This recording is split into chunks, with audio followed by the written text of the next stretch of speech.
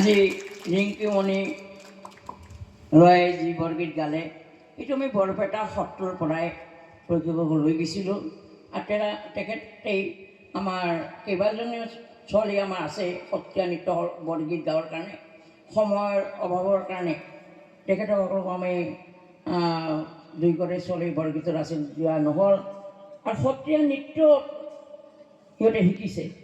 এতিয়া আমাৰ এই বছৰতে কাতি মাহত পূজাৰ পিছতে আমি ইয়াৰ পৰা অসমীয়া নাম গাবৰ কাৰণে কাজলকুৰীয়া গোবিন্দ বনগীতা সত্ৰত প্ৰশিক্ষক হিচাপে আমি গৰখীয়া গোহাঁইৰ পৰা পাঠক ভবা নন্দ দাসক লৈ গৈছিলোঁ।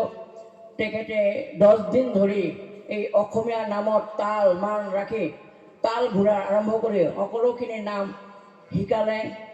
আজি ছোৱালীবিলাকৰ পৰীক্ষাৰ কাৰণে আহিব নোৱাৰাৰ কাৰণে আমাৰ আগামী মাঘ মাহত মাঘৰ শেষত মৰিগাঁও গোবিন্দ গীতা সত্ৰত দ্বিতীয় অধিৱেশনত তেওঁলোকে যোগ দিব বুলি আমাক জনাইছে।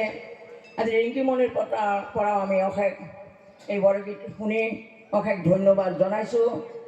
এজন অন্ধ ছোৱালী হিচাপে আখৰ চিনি নাপায়, হাৰমনিয়ামটো হাত দি লগাই দিব লাগে তেতিয়াহে বজাব পাৰে।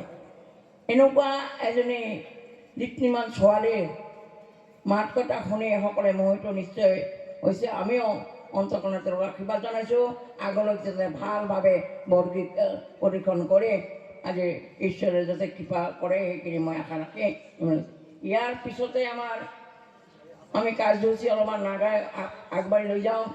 গ্ৰন্থ উন্মোচন পাঠ্য সাৰথী উদ্বোধক মাননীয় শ্ৰীযুত ৰোহিণী কুমাৰ চৌধুৰীদেৱ সভাপতি বঙাইগাঁও জিলা সাহিত্য সভা লগতে একশৰণৰ সাহিত্য এখন গ্ৰন্থ এই সভাজনে আমি অলপমান প্ৰভুৰ অনুকৰণ লৈ তেখেতে লিখি থোৱা কিন্তু মই সংশ্লিষ্ট কৰিছোঁ কিছুমান সাহিত্য সেইখিনি উন্মোচন তেখেতে একেলগে কৰি দিব বুলি মই আশা ৰাখিছোঁ।